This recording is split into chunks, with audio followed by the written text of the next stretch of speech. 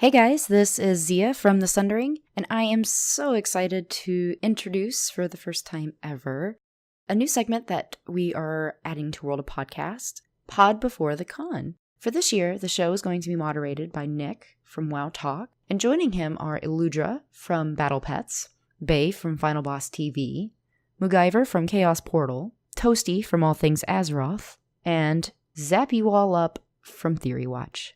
Thank you so much, and enjoy.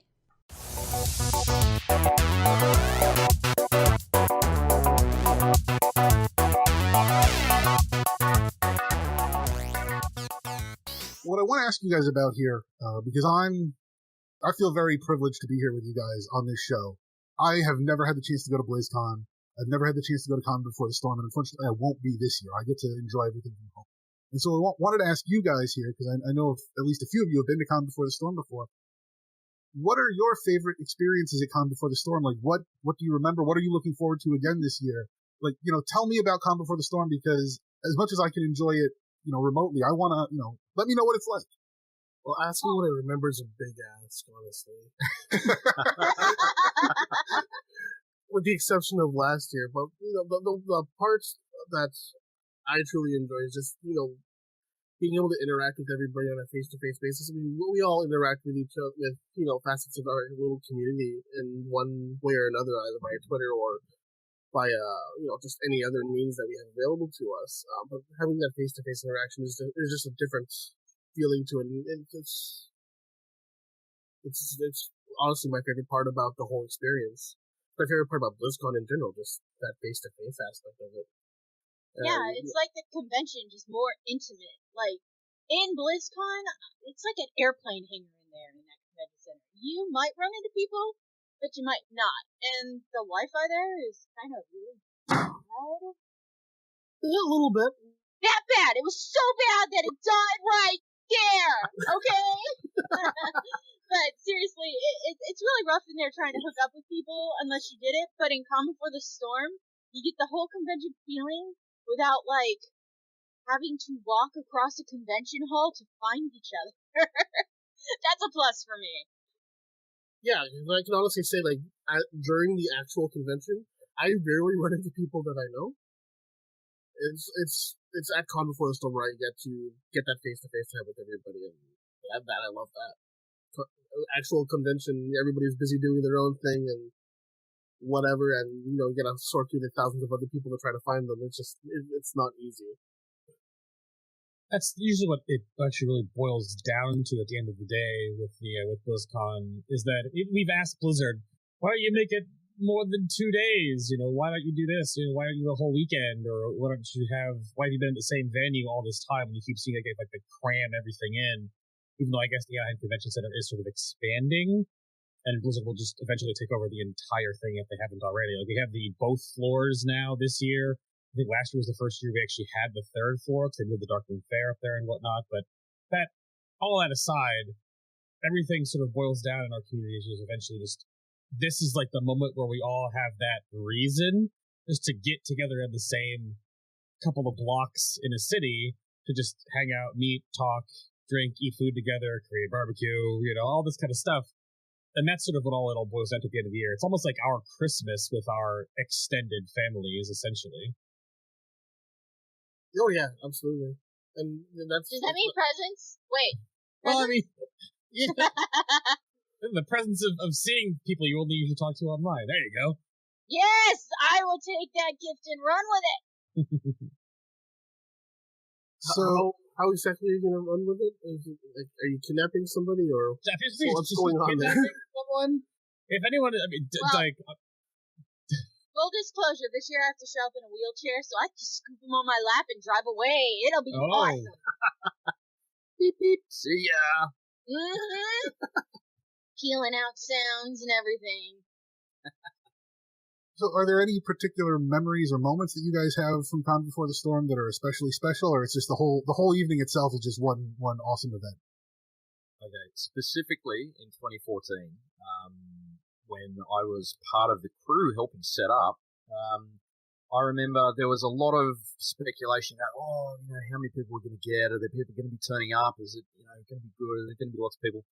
And, like, an hour before the doors opened, there was a line up and around the corner, and people were like almost banging on the doors to get in. And I think that was the moment when all of us that were there at the time just sort of went, yeah, this is pretty big, and it's a really good thing. Like, we were like, wow, this is going to be really popular, and then for a moment that fear set in of, oh, we've bitten off more than we can chew, and yeah, but it ended up being an amazing, fantastic event, and it was just so much better than I think any of us could have thought it would be at the time. I was just really happy to have been part of it. It was just incredible, the whole experience. Just randomly being able to wander up the hallway and run into somebody you knew from somewhere, and they'd see your badge and they'd see your name and like, oh my god, it's you, and you'd say, oh my god, it's you too, and there'd be this sudden moment of, it was just fantastic. I'm getting goosebumps thinking about it. That's awesome. And anyone else have any memories they want to share? So mine is from the first event that they had in 2013. That was when it was just World of Podcasts. It was my first, actually, technically it was my second community event. I went to the WoW Insider party just prior to that, but I left because, I don't know, it didn't live up to my expectations. But the World of Podcasts event, it was a small, intimate venue at, I think it was the Red Lion, if I'm remembering correctly. And I think that was the first time. I think that was the time when I said to myself, I want to be part of this community. I mean, everybody was just so chill and relaxed and very friendly. And like, I was going in there as just a random guy who happened to listen to a couple of the podcasts back in the day. And everybody was so conversational, and you were able to just talk about anything and everything. And it was a very inclusive feeling, and I really enjoyed that. So that would be my favorite memory from this Come For a Storm World of Podcast thing. I'm going to second that. I think that it's the feeling of inclusiveness that I had there the whole time. Like, everybody was just there to have fun. Nobody was there to cause trouble. We're all just people enjoying the thing that we enjoyed, and we're all feeding off each other's hype. Like, isn't this cool? Yeah, it is really cool. And it was just that feeling the whole weekend practically, and it kind of coalesced at that event. So yeah. Well, I'm going to point out that I'm really envious of you guys remembering what year you did this, because I don't. I was there. I got a blue staff shirt because I was on a panel about guilds, and it was awesome. Okay, so I was really nervous being in this panel because, as opposed to a podcast, I was in front of people, and that's the but it was really great. And afterwards, just talking to everybody, I met the people who work at Mr. Robot, Ask Mr. Robot, and she said she picked out a piece of fan art especially for me, and I thought that was so awesome that somebody who we've only talked briefly on Twitter was like, I saw this and thought of you, and so it's in your little Yay You package. And I was like, oh. But just meeting everybody is so cool, putting faces to voices. Yeah, I'm going to actually tell you that it was 2014, and I remember that panel very specifically because we were both on it together. And okay, see, I wanted to say 2014, but I didn't want to look like a dummy. And I remember specifically during that panel, I moved slightly, and everybody's like, wait, Alludra, you'll get your turn. And I was like, I just moved slightly, but yeah, I wanted to say something right there, so. So I didn't realize we had prior panel mates on the show here. Yes. Me either. I was just about to say, I think every moment, because that's been the only Blizzcon that I actually attended live was in 2014, and I think because it was such a huge deal, I had to fly 9,000 miles to get there, and I think every single moment of that entire week that I was there, because I was there from Tuesday to Tuesday, is like burned completely into my brain, and I don't think I'll ever forget a moment of it. It was just that cool. That was my first BlizzCon too, and yeah, that's specific. I mean, I kind of put my hand up for a panel early on because I kind of wanted to be involved and I wanted to get into it. I thought, if I'm going to make this trip, I'm going to make the most of it. And like I was quite nervous the rest of that day and all of that. I distracted myself by helping out, with the staff and stuff. But being up there on that panel with Dustin and Epic and Alludra and just like, oh my god, it's all of these people that I listen to all the time. And me. Yeah, it's really humbling. It just felt really, I don't know. I don't know how to explain it, but everybody else who podcasts is super cool, and you're just the person with a microphone sitting in your living room. It's pretty much how it feels when you meet everybody that you listen to these people, but you're just some chick in her house with a mic who records late. Yep. I guess that's probably the most overwhelming memory was how many people at World of Podcast found me and were like, hey, I listen to what you do and I really like it. And that's just like, aw, really? And you have that moment of, are you serious or are you just having a go? It's, Yeah. Like, not this many people actually know my voice. And they're like, do the thing! And I'm like, what thing? What thing do I do? Oh, and you know the my thing. Intro, yeah. Yep, that's it. Yeah, I had my first experience with that last year. I was just sitting at one of the fountains, just taking a minute to relax. And I sat next to these people. We were talking about podcasts. And next thing I know, they told me, we were talking about what the podcast we listened to. I didn't even mention that I did one because I'm like, whatever, nobody listens, right? And they mentioned they listened to ATA, and I just sort of tripped out for a minute. Like, oh, maybe I should point out that I'm one of those guys.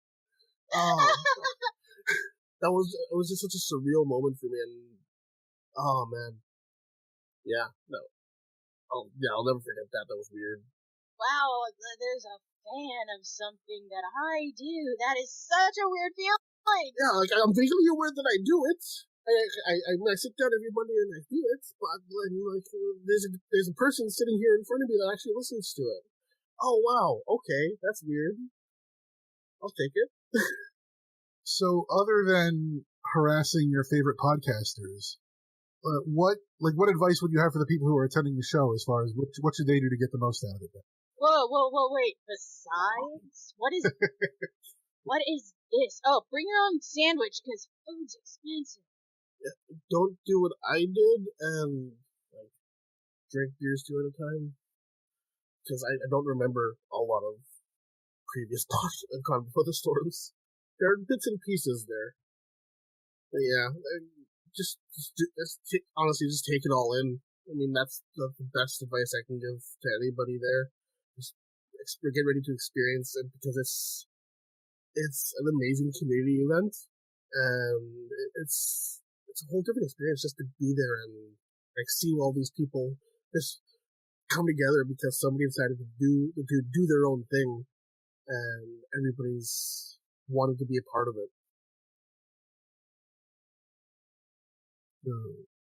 Yeah, so I think that's good advice as far as attending the show. I don't know. You're making me all sad that I can't go. No, because you're very good. No, it's not. You are so there in spirit. Everybody's gonna be asking about you, like, oh, where's the guy who moderated the cool thing? And you're like, oh, and they're like, oh, well, I came to meet him. Shh, Also, I've been told you can hear me across the convention center, so look out for that. I'm actually pretty sure I can hear you without my headset now anyway. Yeah, I get that too. So, well, as far as advice on those who plan on attending, I know it's probably late in the day for overseas travellers, but being the foreigner, well, I'm not going to class Canada as foreign because you're like right next door. So as the resident foreigner, I'm going to say that allow enough time to actually soak everything in. So I arrived on the Tuesday and I left the following Tuesday. So I spent a whole week there, and I stayed fairly close to the convention district at the Clarion, and having that local access, I could just get out and walk around and then come back and take a break and that sort of thing, and just get used to the time zone, let it all soak in before the actual con was really a blessing in disguise, because I'd planned on not doing very much in those first few days just to get used to the time zone change and everything. And I'm glad I did, because it just puts you in a really good frame of mind. It gets you ready for it. It's not too overwhelming. And the couple of days afterwards as well let you come down from the high, because it's a massive high having all of these people around you. Like, it's the biggest endorphin shot you could imagine. And so true. So true. Oh my god, Exactly. that post-con crash is so real. It's huge. It's the worst feeling. Yeah, I mean, I knew some good friends of mine from my home city who flew out, I think it was like 6 a.m. on the Sunday morning, and they were saying the whole way home, oh my god, I've got the biggest downer right now because I left all of a sudden and it was over. And I think that last couple of days, just to come down from that, helped. So by the time I got home, I was like, yeah, I'm ready to come home now. You know, I wasn't paying for more, which was good. But just having enough, like spending enough time to just soak everything in is probably the biggest thing. Don't rush it. And don't worry about missing too much on the actual convention floor, because you can catch all of that stuff afterwards. It's cool to see it live, especially now that they're going to be live broadcasting all of the panels, you know, instead of just a select few of them. And Which is so awesome. it's all the stuff. Yeah, especially things like the so voice actors panel. frustrating. Yes. Oh man, I was so choked I missed that last year. Mm-hmm. I was so irritated that it version on wasn't YouTube? streaming. I was so mad. I had like Alludra raid face all over it. You might have heard it yelling at my screen as if it could make it happen. Mm-hmm. Yeah, we'll get to the voice actors panel and stuff. It's coming. Okay. Huge advice point from Alludra. Nope, I'm cutting in here. Guys.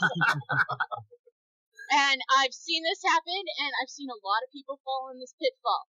You go into your room late at night, you're tired, you wake up, and you think you don't smell. Guys, I'm sorry. Everybody needs a shower between the days, because, oh my gosh. Oh yeah.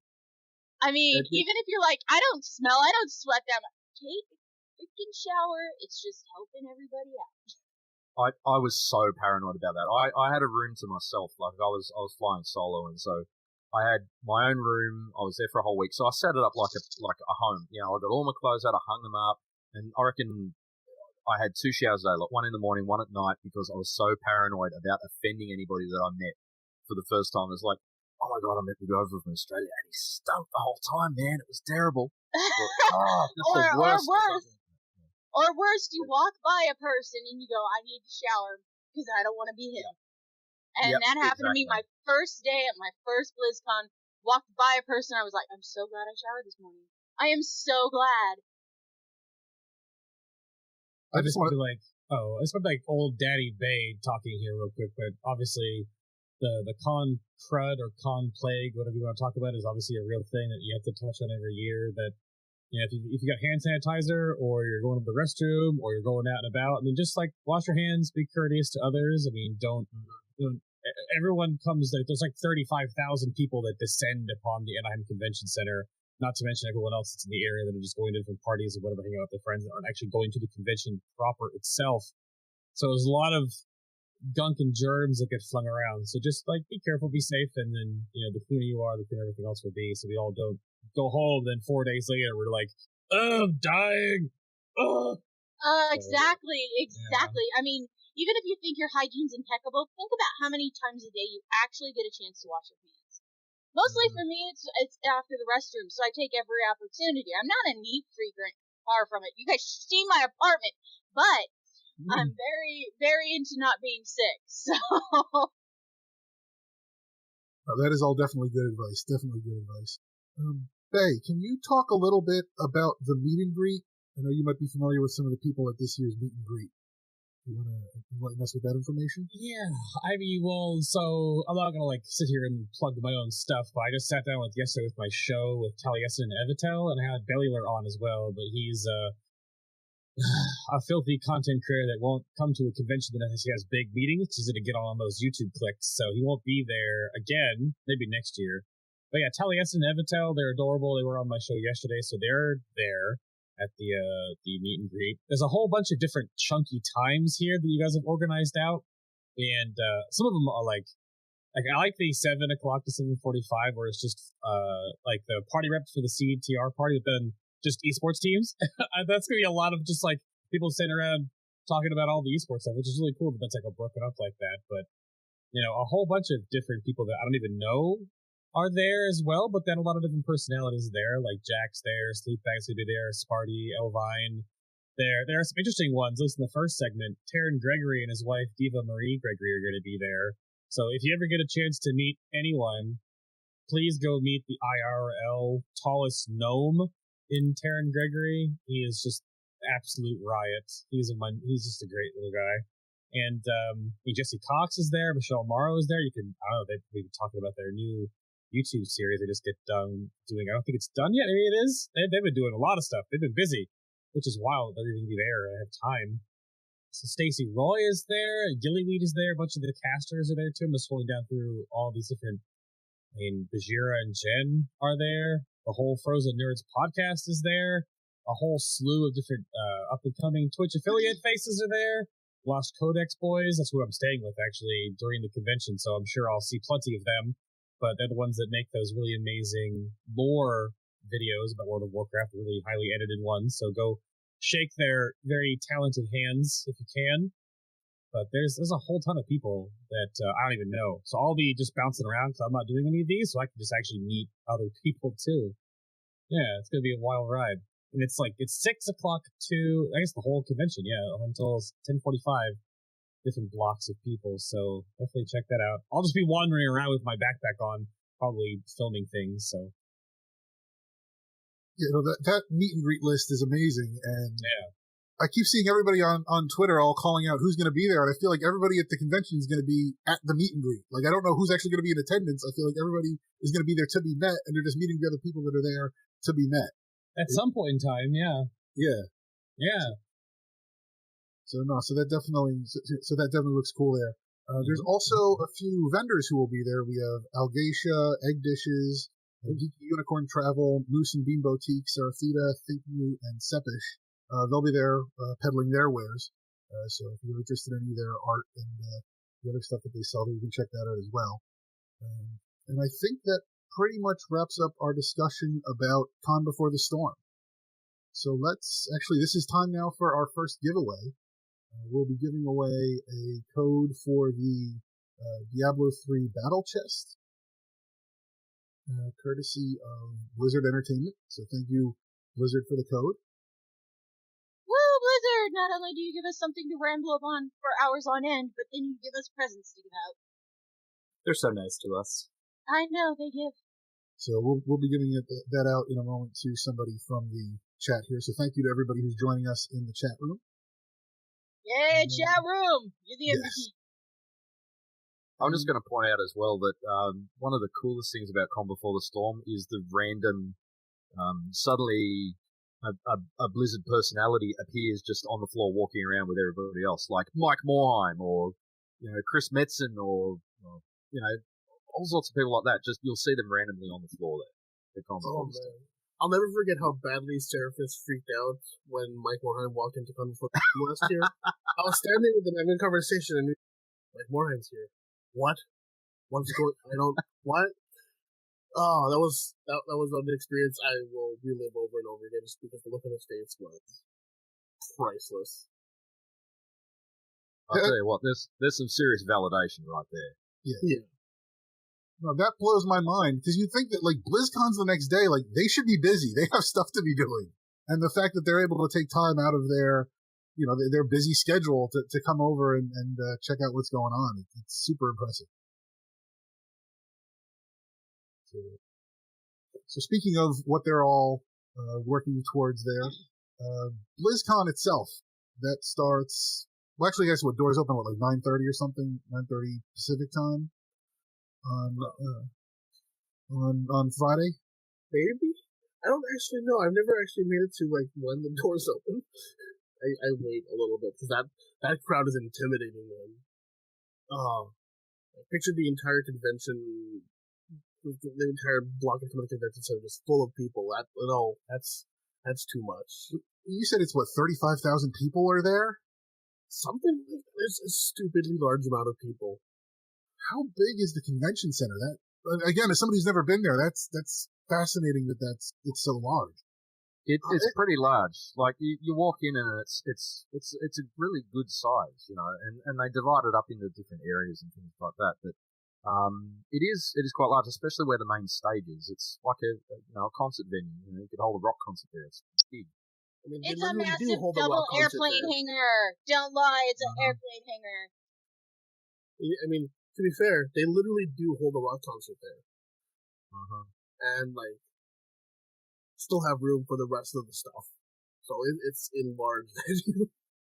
So now, while you guys have been talking, I've just quickly confirmed on the Blizzcon website that the official times are November 3 and November 4 from 9:30 a.m. to 10 p.m. So 9:30 a.m. will be where the doors open, I expect. And then I believe the opening ceremony starts half an hour after that. But you have to be in line pretty early if you want to seat at that.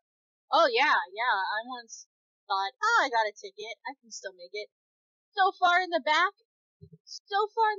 it's like, can I even see the stage? Yeah, I can see the stage, but dang. Well, this year they're supposed to be doing something different where they're presenting the opening ceremony from the different stages and the different halls that they have. Yeah. Yes. Which I'm sure a lot of people are happy about. It gives everybody a chance, a larger chance to be, kind of upfront and personal with everybody. Well, as upfront and personal as you can be from a convention scene. Yeah, for the 5 minutes they're on this stage. I kind of dig it though, because it leaves everybody not feeling so left out. No, it makes sense, because I mean, before you still had people crammed into those other halls and they were just watching it on the screen like the people on the virtual ticket. They weren't, they didn't quite get to experience it the same way. So I guess the question is, which hall's going to get the Warcraft expansion announcement? Because that's the hall I would think most people would want to be in, right? I would guess the Mythic stage. That makes sense. Maybe. Well, there's the 3 stages, and I'm going to reconfirm some information. The opening ceremony actually starts at 11 a.m. Pacific and runs until midday. And they're going to be presenting on the Mythic stage, the Overwatch arena, and the Hearthstone tournament stage. So I'm guessing that they would announce the Warcraft expansion, if that's what they're going to do, on the Mythic stage. So I know we talked a little bit before about some advice as far as showering and avoiding con crud. Do you have any other advice for the people who are attending BlizzCon as far as what they should do, either to enjoy it more or to keep themselves safe and healthy? Freaking pace yourself. Don't, you want to see everything, and I get that, and my heart goes out to you. But honestly, if you are dead and sick and tired after the first day, you're not going to get much enjoyment out of it. So, yeah, you're not going to be able to see everything you want to, and that sucks. But just prioritize the things you really want to do, and it'll be a much better experience. Sorry, go ahead. There's rotten lag. What I was going to say, in hand in hand with that, and I actually experienced this myself, is make sure you take the time to eat properly. That you take the time to look after yourself, because being the US, the first couple of days after I got there, I pretty much ate hamburgers for the first couple of days, and I actually gave myself a bit of a stomach upset.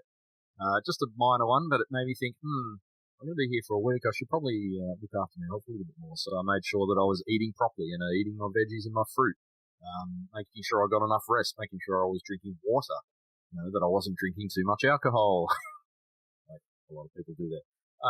Because I didn't want to spoil my experience. Too much alcohol. No. Well, I wasn't calling anybody out specifically. But I found that after that first couple of days, making sure that, I took a couple of apples from the hotel in my bag, in my day pack when I was walking around, and I'd munch on those during the day, as well as, eating all the, other cool stuff there. But, if you're just going to the food trucks or McDonald's, then, you're going to be in for a bad time. So make sure you look after your health while you're there. I have heard good things about the food trucks. Oh my god. Cap, that's going to be my first stop when those things open up. Like, oh man. Well, yeah, but remember, everything there is fried. So yeah, be very careful. That's actually funny. I was just watching a TwitchCon vlog from a YouTuber that I follow, and there was a moment in the video where he's sort of reacting to the food because he's from Europe, and he just kind of goes like, America, why does everything have cheese on it? Everything. So, and just like the quality of the food, don't eat food truck stuff all the time. If you're going to look a food truck day with your friends, go for it because it's really good. But if you do food trucks every single day, Sunday morning you're going to wake up like, oh, what have I done? The only complaint I have about the food trucks, and this is, I feel like it's a valid complaint as somebody from Canada. Somebody was selling what they called a poutine. Oh, no. And it was shredded American cheese on top of fries with lukewarm gravy. And that is not a freaking poutine. Okay, I've never had that, and even I know that's just wrong. That's like, no, I'd want my money back. Like, they were lucky I was a few beers in, because I would have just, I would have like, no, that's, no, you can serve it. I'm fine with you serving it. Just call it what it is. It's cheese fries with gravy. Yeah. It's not a poutine. I really want to try a real one, so seeing that there, thanks, man. I'm going to keep my eye out for those imposters and their blasphemous gravy fries. I honestly blanked on what to call it because it's clearly not a poutine. That was the worst thing that I could have experienced as somebody, as a Canadian with a few beers in them. All I wanted was a poutine, and I saw it. No, it was just disappointment and lies. I'm gonna be honest with you. I've lived in SoCal all my life, and I've yet to find one out here. So keep that in mind. You know, guys, your regional food is very regional. we don't have it, and if a food truck says, well, you heard it here first, folks. There were liars. So any other advice for attending a con? Anything else that you should make sure you hit, or comfortable shoes? Yes. Yeah. If you're planning on buying new shoes or wearing new shoes, take a few days before the convention, break them in. If you're not breaking them in now, it might be too late. Yeah, wear your old ratty ones as long as they don't smell and make you smell. Oh, come on now. Not those ratty ones. Your second best ratty ones. Ones that haven't quite developed holes in them. Okay, got it. Yeah. The one without the duct tape on the back. Maybe a little bit of duct tape. Yeah, just a little duct tape, but not too much. You know, they're comfy and good, but they don't smell like that. Oh. I'm just describing shoes, and you guys are reacting this way. This is brilliant. I have so much power in this moment. You have no idea. So this is a question more aimed at Zapuallup and Moogyver and myself, and I guess you too, Alludra, because you said you're not actually going to the con itself. But what advice do we have for people who are going to be watching on the virtual ticket? I know that's how I've enjoyed BlizzCon for the last few years, so I'm just wondering what experiences have we had with the virtual ticket, and more importantly, I guess with respect to the changes that they've made this year, what are we looking forward to most on it? Well, I'm looking forward to that voice actors panel because, that's going to be awesome, and I cannot wait. Seriously, the little panels are the ones that I always wanted, but could never get to when I had a ticket, and then I was like, oh, the virtual ticket, and last year I was so disappointed. I mean, I got the Weird Al show, which was great, but I didn't get anything like the voice actors, guys. They're like the best. Yep, totally agree with that. So, Zapuallup, like, what plans do you have for watching on the virtual ticket? What panels are you looking forward to there? I mean, obviously, with Theory Watch, pretty much anything related to Overwatch. I still love me some StarCraft as well, so I'll be looking forward to anything StarCraft related as well. I'm also a software engineer as my full-time job, and I'll be very interested to hear a lot of the code craft that they're going to be doing, which it looks like they'll just be talking about a lot of the engines and what they do behind the scenes. That'll be really cool to watch. That's gonna be amazing. That's gonna be so freaking cool. Go ahead. No, it's their first. They had like a standing panel with some of the WoW code people at the Darkmoon Fair. I want to say last year, but it was like a really small little, just in the corner, the little fireside pit at the Darkmoon Fair. they of course they brought up, why is the backpack in World of Warcraft still 16 slots and blah blah blah. And they basically debunked that whole madness behind the scenes. But I remember going to the Legion Summit well over a year ago now, and sitting down with one of the network admins on the team of people that work on like RAM optimization and and this is specifically to just World of Warcraft, but obviously this would branch into any of the other games that they do, and trying to make sure that WoW can still run on like Windows XP. That was his job. And I have no idea what he's talking about because it's all just techno babble that I do not get. But the fact that there are these people that are behind the scenes that you don't really know about directly, but they have a panel this year to talk about, and which I imagine they will, to sort of all of this really nitty-gritty fine-tooth comb on how all of that works. Like, I bet they might talk about like the tick rate changes in Overwatch, or how they implement to keep such a huge game as World of Warcraft like relevant and working on different OS systems all the time. Oh, it sounds so awesome! I have no idea how that works, but if you're into that, then I'm sure that'll be like an hour-long eargasm for sure. Yeah, definitely. Oh, one thing I wanted to mention is sometimes the things that are most fun are the things you didn't think were a big deal. Like, I met Christy Golden, and I got to talk to her for 10 minutes because I was the first one at the booth because she arrived early. That was cool, and that wasn't a big old panel or anything. She signed my badge, and then first she gave me a quiz to make sure I knew the terms and conditions on the back of the badge well enough for her to sign. Yeah. She didn't want to get me in trouble. It was cool, just little things, little moments. Be open to them. I'm really looking forward to anything that is a what's next, because that's the bit I love hearing about. I just love hearing about not just the big announcements, but the little, by the way, guys, that little thing that they'll slip in at the side that everybody's like, what? Troll shoes are now going to be more high res. Get into it. It's like, oh, what? Troll footwear? I didn't know I wanted to know about troll footwear, but now I'm reading blogs about it. Yep. Draina is getting new hoof polish. Yeah, the little things they throw in, like the big things are great, but the little things are like, what? Well, actually, let's get into the World of Warcraft panel. I just want to say one last thing, though, about the virtual ticket. Is that, well, two things really. One, even though you're not at the con, still shower between the days because you're just sitting there. You don't want to sit in your own filth. It's yes, best to go chat room. We see those comments. Even though you're at home. And then the other thing, too, is that I feel like a little bit of like a kid who ate too much in the candy store because for years I've been saying like they need to put these other, like the voice panel and all that stuff on the virtual ticket. And then this year I sat down to be like, okay, well, what panels am I going to watch over these 2 days? And I made like a little spreadsheet with a schedule. And I realized like I'm going to be sitting in my computer through Monday trying to watch all these panels because they have so much stuff going on all at the same time. And I don't want to miss any of it. So I know. Even though I'm at home and I don't have to worry about physically going from one panel to another, I'm still time limited. So it's going to be fun trying to prioritize and figure that out. I think every year I'm like, oh yeah, and I'll watch the concert this year. Because every year I'm all excited for the concert, and then I never get around to watching it because I'm so busy watching the actual panel. So yeah, specifically for watching at home. And I know that not everybody can do this, but what we've found in the past couple of years is that if you have a laptop or a computer that has a HDMI output and a TV that you can plug it into, pull the couch up in front of the TV, plug the laptop into the TV, and watch it on the big screen. Don't watch it on a computer screen at your desk or on a laptop or something like that. Try and watch it on a big screen on the TV. It makes it just, I don't know, so much more enjoyable. It's really good.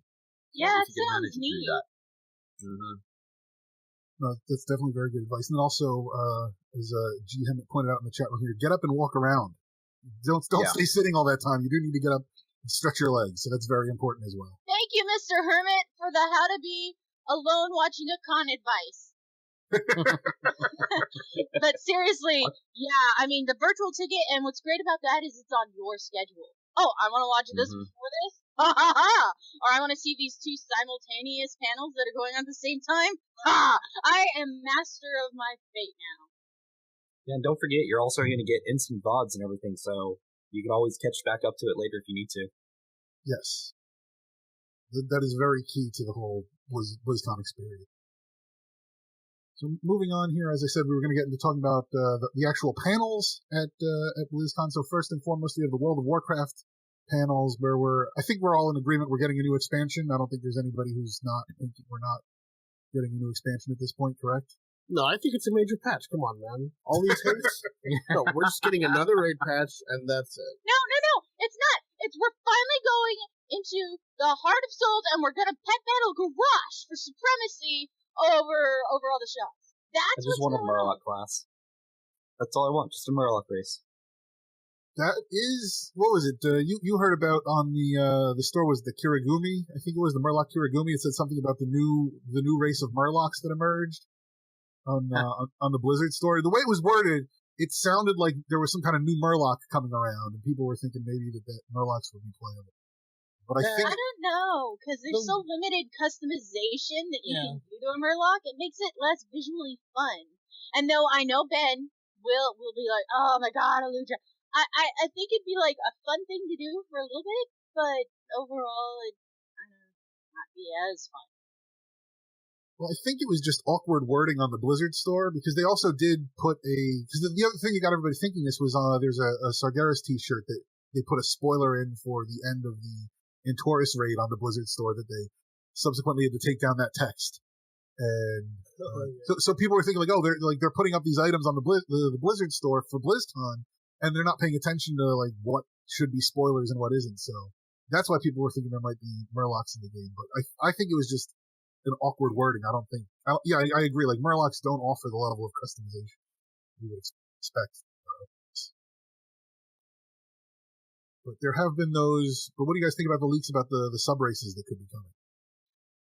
I think it'd be really cool, but I just don't see it because of the way it was announced. Was like in such a blurred fashion. You know, the leaked source is very uncredible to me.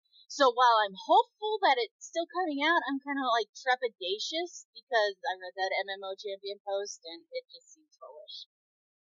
I'm half expecting it to be a complete blindside. Like, it's a red herring.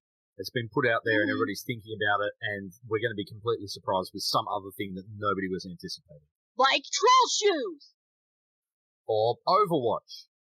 I'm personally hoping troll for... shoes! Called it right here in this chat room, Overwatch troll shoes!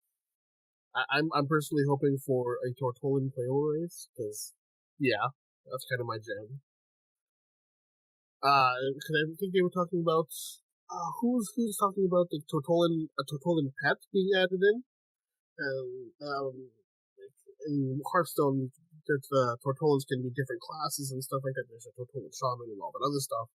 And like, I started playing a D&D game recently where I'm playing a humanoid turtle, and now I'm realizing I want that in World 2. So if you guys can give me that, I would be super stoked. That's funny. I'm playing Final Fantasy, and they just introduced humanoid turtles, so I'm naming them all after Ninja Turtles. It's so great. I was going to say, if you're going to have a humanoid turtle as a player character race, you know that every name is going to be a slightly accented variation on the 4 Ninja Turtles, you know, with a swoosh above the eye and 3 L's and all of that kind of stuff. Yeah. Umlauts. Umlauts Abound. Yep. That's the next expansion. It's Umlauts Abound. I'm on fire tonight! I think the trick is to find lesser-known Renaissance painters and name your turtle after them, because those names will be available. See, my knowledge of Michelangelo's a party dude, man. A party dude! My knowledge of Renaissance painters is strictly limited to the Ninja Turtles, so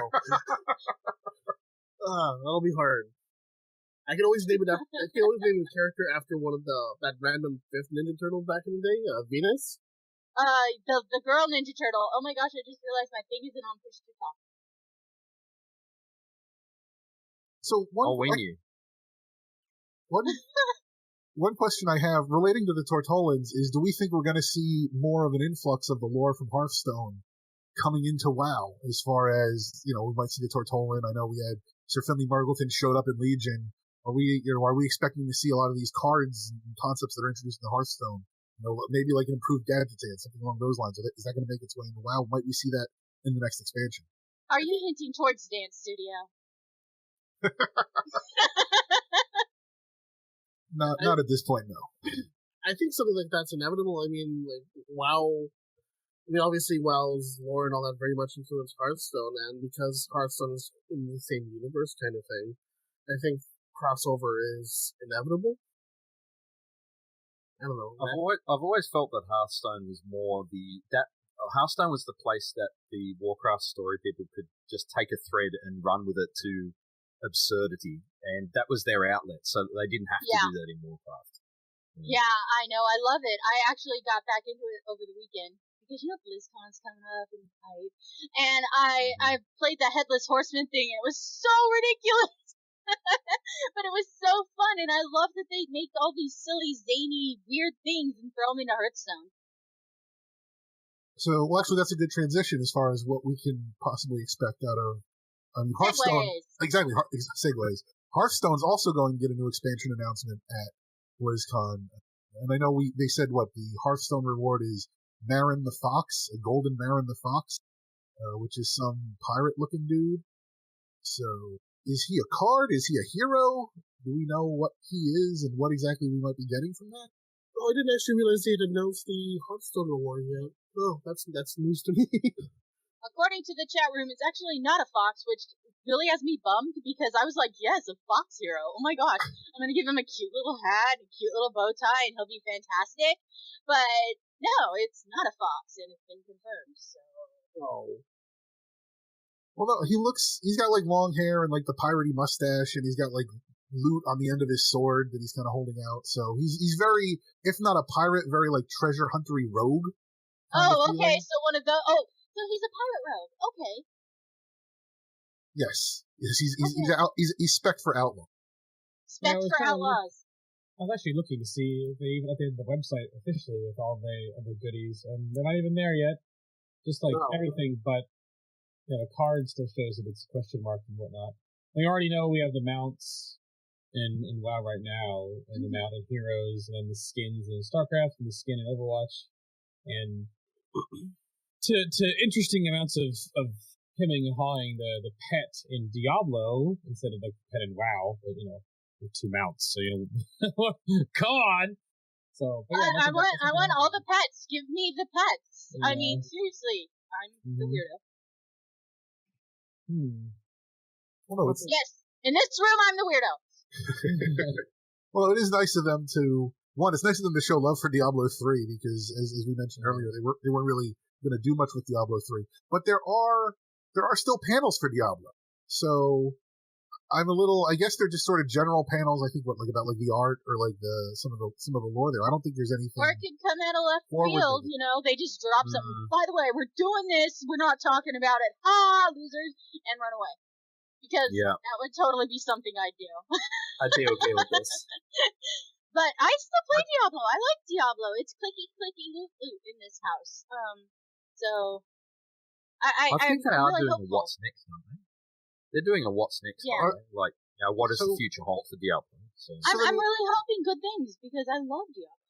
So I guess my question is why did they make that announcement? Don't expect anything big at BlizzCon about Diablo, but there's still going to be a Diablo what's next. So because they want to talk about what's next, but it's not going to be big news unless it is big news, and they're just pointing off to the corner of the house, so we look there instead of the large fire pit they're building some roast marshmallows. Are they doing a Diablo what's next? I'm looking at the schedule. I see Diablo 3 visual fights with the Necromancer, and on the 4th I see exploring Diablo's community. I don't actually see a Diablo what's next panel here, at least on the app. I thought I saw it earlier. Oh, I'm not looking at the app. Oh. Well, maybe then I looked at the wrong thing. This is how I prep for the show! Two little things for Diablo, really. It doesn't seem to be not a major focus at this BlizzCon. Even StarCraft 2 only has a little bit. They have a what's next, but that's all they have outside of esports. So there's obviously a shift depending on what they're doing. The one thing that I talked about yesterday is the two new IPs that keep being swirled around because of the job listings on the official Blizzard Entertainment website, where it asks for things like mobile game development as well as action shooter development, which aren't action shooter. The only thing that would work for is Overwatch, but then a direct mobile game. So we hemmed and hawed on that on my show yesterday for a little while, but we have no idea Like, I think there's going to be a lot of little curveballs, and that's why when they leak stuff in these PTR builds or these oopsie-daisy photos or whatever, it's because they're sort of like turning our focus to something else, so we don't know what's coming. So, well, that's something that I was curious about. Is I was expecting, because it was last year that Alan Adham came back and he talked about how he was heading up that incubator division. They were working on a bunch of presumably mobile titles, and we've seen developers like disappearing from pretty much every game, just kind of like cycling out. We don't know where they're cycling to. And I was expecting to see some sort of gap in the schedule, kind of like when they announced Overwatch. Not exactly like right after the main panel, like the year Overwatch was, but some gap somewhere that was going to be like, oh, and here's at least one of those IP. Because I would think it's been at least a year now that they've been working on these things. They should have something to show. And maybe I'm being a little bit too presumptuous. Maybe it's too soon for them to actually do that. But I didn't see any of that on the schedule, so I don't want to say I'm feeling like let down. But I'm no longer expecting them to announce any of these new IPs, but I mean, they are working on something. There is stuff going on behind the scenes that we don't know about.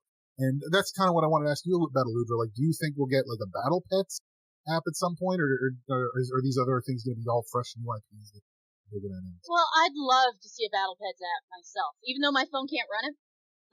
I'm smarter than my phone, so it's really a good feeling. But I'd like to see that because I think it would, earlier I was kind of on the fence about a kind of Battle Pets app, like, oh, I don't know, you'd have to be accessing your account remotely, and I don't see Blizzard allowing you to do that. And then they flicked me in the nose and did that whole Garrison Manager thing, showing me what I know. But I think it would open it up to more people. I'm not saying, oh, Battle Pets is dying. No, I'm just saying, when you're standing in line at the DMV and you have a chance to catch a Battle Pet, you'll probably take it, and it'll give you more opportunities to level up. It would actually give me more opportunities to Battle Pet if they came out with an app. So I would love to see that. But do I think they're developing it now? I'm hopeful. But I'm not like, oh yeah, it's a sure thing. So I know they also mentioned there's a social battle.net, like the future of social, I think it was, the panel there. You think we might see something there as far as any of the new IP, or is that just going to be focused on all the changes that they've been making to battle.net lately with like the Pure Offline and whatnot? I think it's likely it's going to be a lot more Battle.net stuff, and there seems to be a push into making that client more of a social hub, especially lately with new group features and all that other stuff. So I'm interested to see what kind of improvements they're doing, either through the desktop app or the phone app. Because one thing I noticed with the phone app, that newly introduced group feature we have in the desktop app, not so much a thing on the phone app, at least as far as I've been able to find. Which is a bit of a bummer. Are the groups out of beta yet, or are they still only available in the beta client? I don't actually know what client I'm running anymore. I'm not using the beta client, and I can see groups. Okay. I can create them and invite. So yeah. So that's live. Yeah. I think it's really neat. I really hope they hired more than the one guy to be working on Battle.net that was working on it years ago. I tease, but I'm kind of serious. There was like a very small team working on Battle.net before, and hopefully with all these great changes, they've expanded on that because it's such a tool in the Blizzard world now. Like, they've really made it into something much bigger and much more important than we initially thought it'd be. Do we think that maybe some of that development is being driven by Activision's desire to kind of use that? I mean, we do have Destiny 2 showing up as on the app now. Do you think that Activision wants Battle.net to be more robust in that regard? Personally, I think it's just Blizzard. Go ahead, Toasty. Sorry. I mean, I would imagine so. I mean, there's a lot of similar apps right now where they're trying to get them all on there, like Steam, for example. I mean, they've had that function for a long time, where everybody's using that platform. They're using it to chat and all that other stuff, organize groups and everything like that. So, seeing the push that Blizzard's making to have a similar function, I mean, wasn't totally unexpected by me. So I would imagine that both Blizzard and Activision very much wanted this functionality. So I know a lot of people have said that like Blizzard, or what they're trying to do with the groups is kind of emulate what the success that Discord has had. And right now we're actually speaking through Discord. So a year from now, at the next pod before the con, are we using Battle.net to record this, or are we still using Discord? I think, well, if not Discord, something else, but I'm going to be honest, I don't think it'll be Battle.net. I mean, I love you guys, Battle.net, yeah, but no. Yeah, I think we'll probably still be using Discord or something else. I doubt we'd be using the Battle.net client, because I don't think it's going to reach the notoriety that Blizzard wants it to reach in terms of, like, if we're going to make that direct comparison to Discord. Because at the end of the day, Discord is limited to just whatever, not Discord. Battle.net is limited to whatever games that Blizzard has available on the app. Well, I still don't trust it because sometimes my friends log out and log in 7 times. So, and I'm not talking they're jumping. I'm talking I'm in a group with them right there. Oh. So, that'd be really tragic to happen in the middle of a podcast. And though I think Blizzard wants it to be more important and a force in our lives, they kind of don't want to put the manpower there either. They want to focus on their games, and that's why we love them. Because their games are so polished. I mean, I hold Blizzard to a higher standard than any other game company. And though it's unfair, it's just what they've trained me to expect from them. To be fair, have you gone to any other game companies' conventions? Nope. I went to Comic-Con once. I don't think any game companies do any solo company conventions, do they? I think maybe Sony once upon a time. I've never heard of Ubisoft Con. Come to Ubisoft. Right. Isn't there a Minecraft convention? There's Minecon, yeah, but I don't even know if it's even directly Minecraft anymore because of they're just branching out. Blizzard might be only one of the big IPs that is their own convention. They go to others, but really they are one of the only outstanding companies that I can think of off the top of my head that does, like, this is our convention for our IPs. Exactly. Yeah, Penny Arcade is the next one I think of, but they made those 3 games, but really their focus is their comic strip, and not so much, the games, the Rain-Slick Precipice games. Yeah. Those conventions are way more about than just Penny Arcade at this point anyway. I mean, the name is sort of legacy. UbiCon! Let's go see! So, one last question, and then I want to jump over to Overwatch for a moment, but we did mention Destiny. Tracer.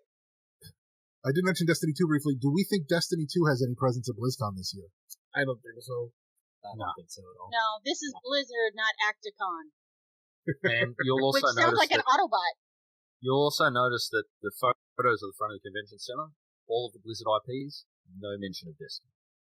Yeah, exactly. Though when they did announce Overwatch, they did kind of wait to put up that poster. Yes, they did. But I think, considering everyone knows about Destiny already, I doubt very much we're going to see there about it. Blizzard announces, we bought Destiny, guys! Well, there might, you know what? If I was to say something, there might be a brief mention of it in the opening ceremony by Mike Morhaime. This year we've I can't do Mike Morheime's voice, but he'll do that. It's been a great year, and we've had our friends over at Activision, blah blah blah blah. Yeah, but not like Destiny is our powerhouse. Come clicky loot in Destiny. That's more of a Chris Messon than a Mike Morhaime, but yeah, I'll give you that. Okay. Yeah, I can't do more. I can't do any voices. So the fact that he even sounded like Metzen to me is a gold star. Do you think anyone might cosplay as like a Titan or a Warlock or something? Oh, sure. that'd be funny. Oh, absolutely. Yeah, people should dress up as the characters they want, and since it's on the launcher, I say go for it. Would there be any kind of blowback if like a Destiny character won the talent show? Or? Oh, I'm sure people will be mad. People will find any reason to be mad men. Yeah. The game's so Overwatch biased. Of course, the Tracer was gonna win. So I mean, I don't think you'll see any as part of the official contest, but outside and around the convention center, I've no doubt you'll see plenty of them. Maybe even people who work there dressing up as Destiny characters, like they did for Overwatch. That would be really cool. I love seeing professional cosplayers. There's something to aspire to for me. So speaking of Overwatch and whatnot, moving into that, Zapuallup, what are you looking forward to at the Overwatch panel? Well, with Overwatch, where there have been rumors about a new character floating around, they have the team has actually mentioned that there's a character in development and that it looks good. So we're hoping to see a new character announced, and hopefully even a new map. We don't know what kind of map, but that's also another rumor that's kind of spreading around. But I think we're just probably going to see something along the lines of new character, and cross our fingers it's a support, because there's been a lot of talk about needing a new support character and everything. And Symmetra's not so supporty anymore. So neither is Mercy, if you want to get down to it. Dude, I'm a murderer with that pea shooter. It is awesome. If they do decide to go support, I'm fully expecting it to be the Canadian hero that they promised so many years ago, like so many years, so long ago. Because I feel like a support Flannels character. and mooses. Yes. I feel like support fits well with the Canadian thing. We're all polite and shit. I agree. It'll be some lumberjack, with a check shirt and big old axe and a toque. Yeah, and then they could dress him up like he's a Viking too, or other fun stuff. I'm having a blast with this now. Heck yeah! I'd love to see a Canadian Overwatch dude. That having been said, it could be like completely out of left field. I mean, look at the two Australian heroes. They don't have a hat with corks on it. They aren't carrying Gander Fosters. They need to launch some drop bears at people. That's what they need to do. Yeah, exactly. It's something completely different. I mean, they're loonies, those two. Just a Junkrat skin where instead of the bombs he fires, he's firing drop bears. Yes, exactly what I was thinking. and Roadhog's hook can be a big shrimp to throw in a Barbie, because I know you don't really do that, but it'd be terrible anyway. That's racist. we do throw them on Barbie, but they are not shrimp. They are prawns, and they will be prawns forever. Prawns are better. Except for in that one movie. So we're expecting there should be like a spectator mode that they're going to be announcing then? Is that correct? Yeah, so I believe they even mentioned that they're going to actually start using it during this new, during the tournament that they're having at BlizzCon, where they're just going to be changing around the way the cameras work. They're going to actually change the colors of the team, so that way it's easier to notice, who's firing what off. And overall, it should be a better experience watching the Overwatch tournament. And I'm looking forward to seeing how they do that, because I know they've had a little bit of an issue getting some of the spectator stuff right, because Overwatch is very tight, close quarters, a lot of cover compared to, popular games like League of Legends and Counter-Strike, which have very open areas. So I'm interested to see how they change that to make it a better viewing experience for everybody. Yeah, I'm looking forward to seeing some of those changes. Overwatch is one of the few esports things that I watch now, and I know one of the things that really bothered me is the teams switching colors between matches. So when I was watching the World Cup, I was watching Team Canada. One game they were red. I'm like, okay, I know what I'm watching now. I glanced back, and all of a sudden it was the other team that was red. That really threw me for a loop. I know it's just right there in the bottom corner. I can read the name of the team they're playing for, but having being able to have that consistency would be fantastic. So yeah, I've definitely had that same issue while watching them.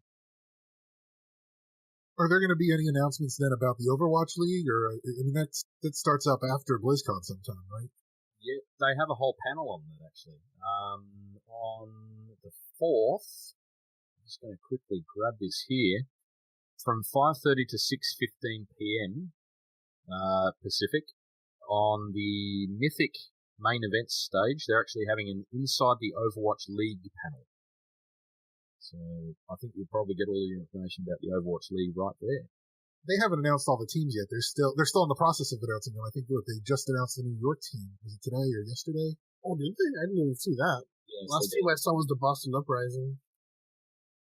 Which, I love that name, by the way. That's a fantastic name. Yeah, it was the New York Excelsior. I didn't see which character they put with the logo. It was Lucio. Oh, they got Lucio? Okay. That's cool. Good for you, Lucio. Put yourself on.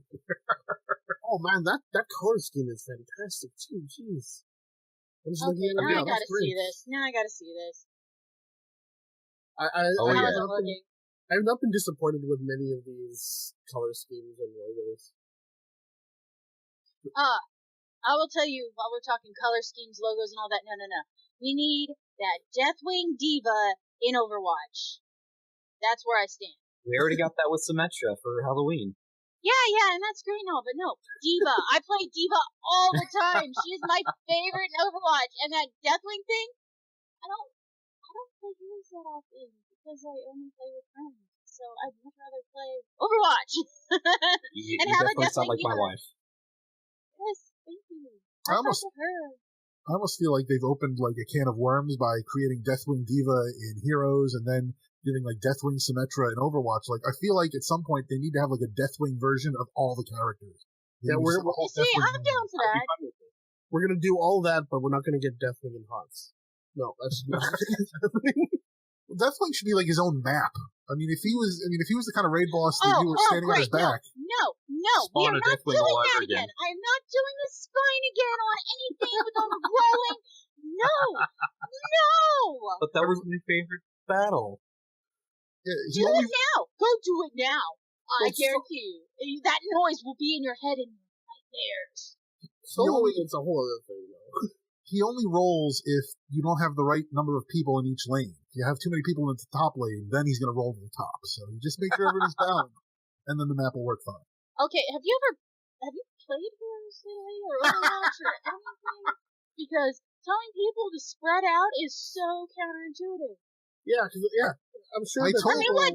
Diva and Rohog they're each, 5 characters in weight? So, and then you had a Tracer. No. I told you don't want me on your team. I told you I'm not I good at want that you game. I want you on my team, but not in some sort of roly Deathwing. No, nobody needs that. I have a hard enough time getting people to push the little cart. Yes. Actually, speaking of Heroes of the Pushing Storm, little cart. what do we think? Well, yeah, we know the pushing the cart now. But speaking of Heroes of the Storm, do we think we're going to see any other Overwatch heroes or any other characters announced? I think if we see more Overwatch heroes, people will riot. No, they won't. People love Overwatch. Hey, I'm listening to the Heroes of the Storm subreddit mostly on this, where people are always constantly freaking out every time there's a new Overwatch hero there. I thought people complained when there were WoW heroes. Yeah, and they did, and they complained about the Diablo heroes, and they Heroes of the Storm doesn't have its own characters, so you can't be a pylon or anything. So, I mean, they're Yes. competition for everyone else. I really don't think they're gonna put a pylon in the thing. Well, nobody I thought like- they were going to do a Protoss drone, but here we are. Oh, I'm the gate. I call gate, guys. Well, when you Oh play, man, show and gall. Yeah, thank you for that. Now I gotta remember it. well, do we think we might see a Destiny 2 character added to Heroes?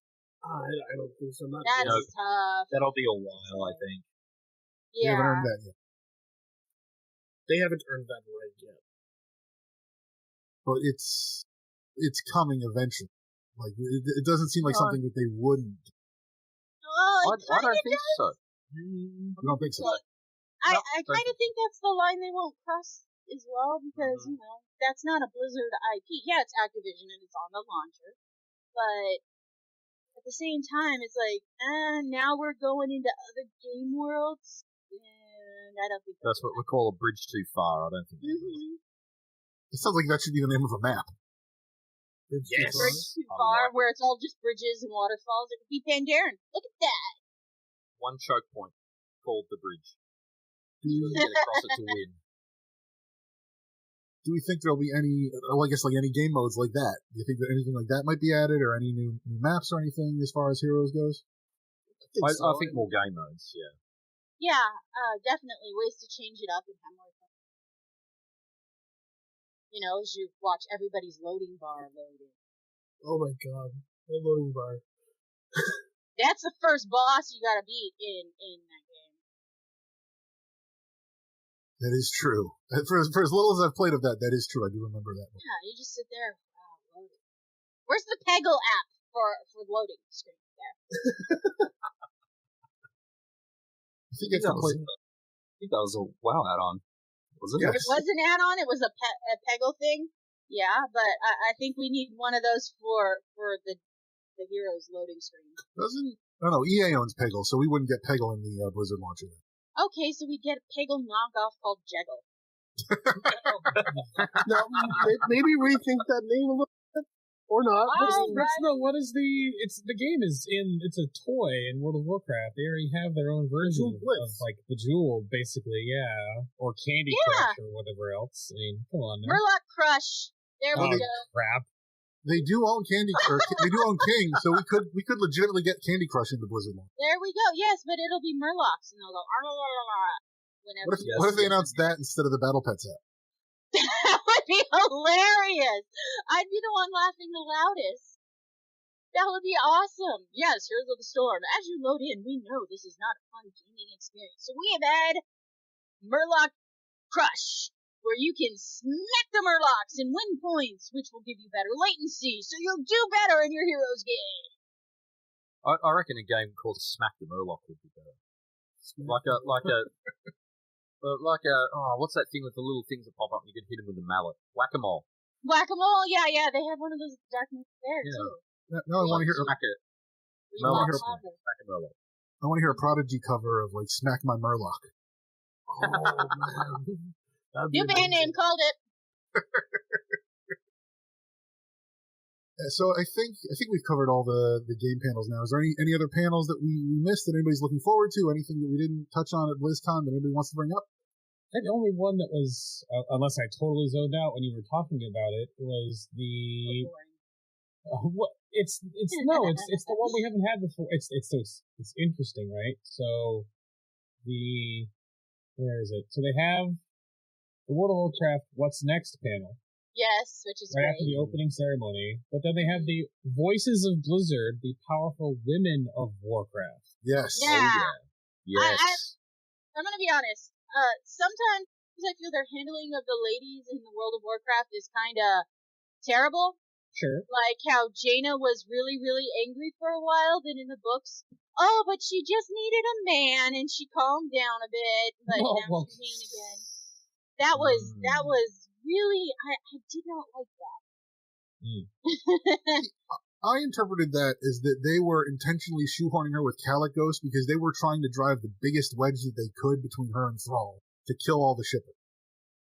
And so they ham-fisted that because they just wanted to split her off from Thrall. Ham-fisted, though. I mean, I've read the whole thing 3 times, and I was still like, I just don't see the chemistry there.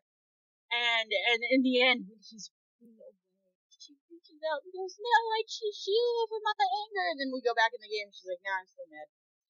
Kalecgos, I choose you. Yeah, and then we go back to the game, and she tells me, Alludra, the freaking mage, to leave Dalaran. Excuse me? Oh, honey, no, you misunderstood. I'm not asking your permission. I'm just here. So, as far as panels I'm looking forward to, there's some really interesting ones here, such as on the 4th at 1 p.m. to 2 p.m. There's one called Stay a While and Listen. True Stories Live. Oh, that's so cute. That is Everyone so cute.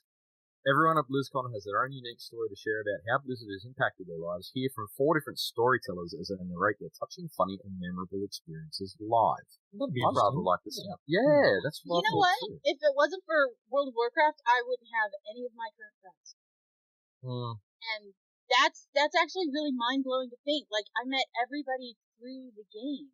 And really lasting, impactful friendships. So yeah, that could be a really cool thing to watch and listen to. Any other panels that anybody's looking forward to? Weren't they doing a diversity thing at some point? I remember reading about that, or talking about that at some point. There is a diversity meetup. I don't think it's a panel itself, but I think it's like a room or an area where everybody can go and kind of hang out and get together. Yeah, and that's a really cool concept. I really like. I really enjoy that they're going out of their way to do something like that. Oh, look at this! They're having a costume craft. Give everybody tips on how to be a proper Diva Deathwing. There's also a little hidden one here on 3rd at 3 p.m.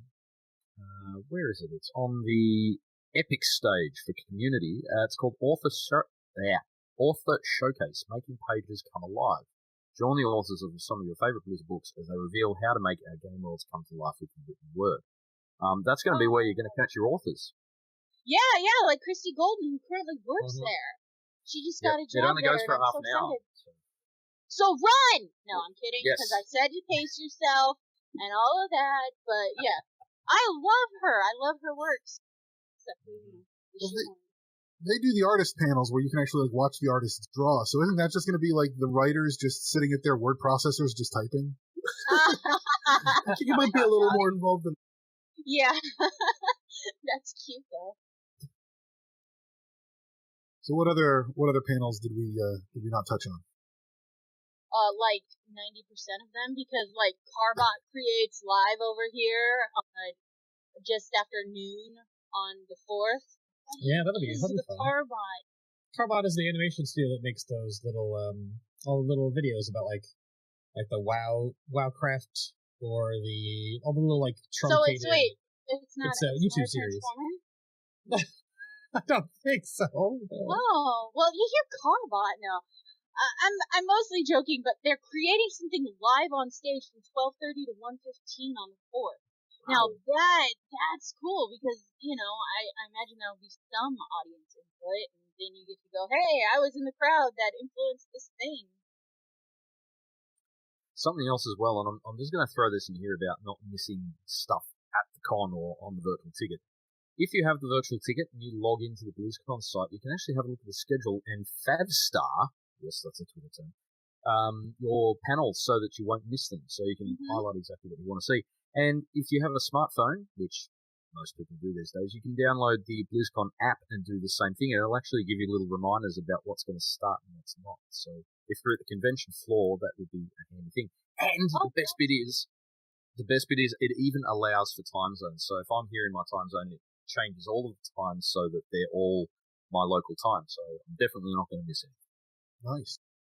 Okay, that's what they're hiring people in BNet to do, right there. Time zones and starring things. Because, yeah, I noticed the little stars too, but I was just, oh, how nice. There's little stars decorating the stage. I'm not all there, you guys.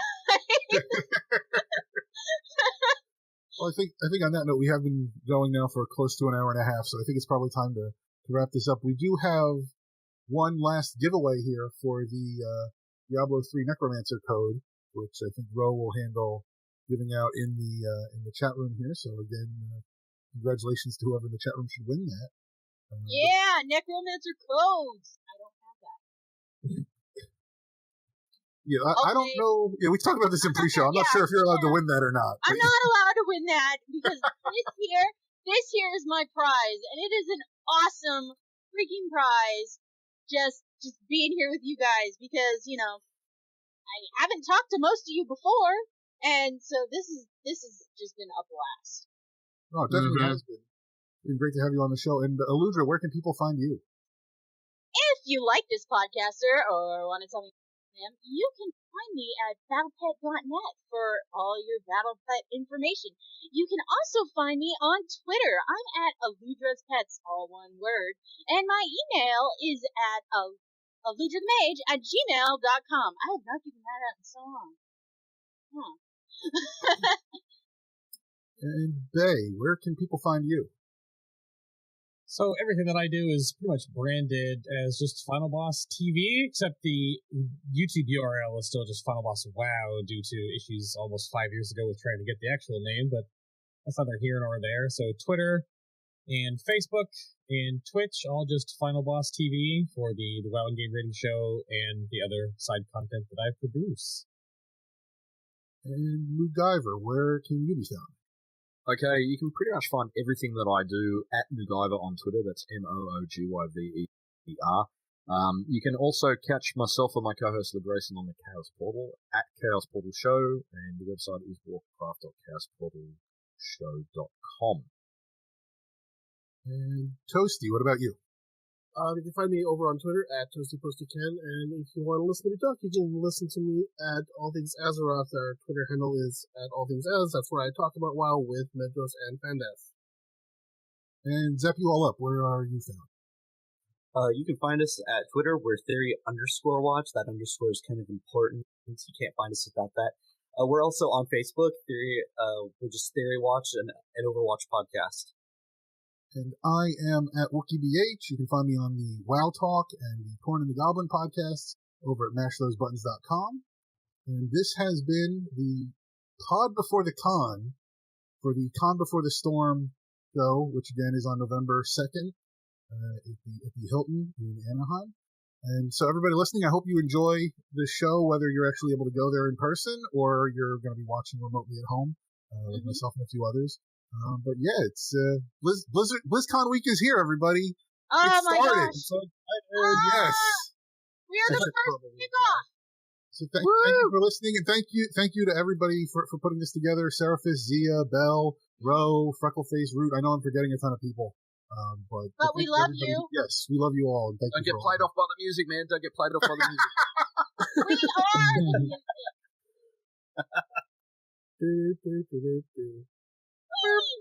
There it is. Thank you for listening to this presentation of World of Podcasts and Calm Before the Storm.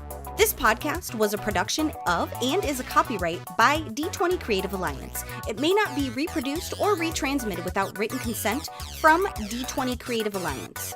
The views or opinions expressed are those of the individual participants and do not necessarily reflect the views or opinions of D20 Creative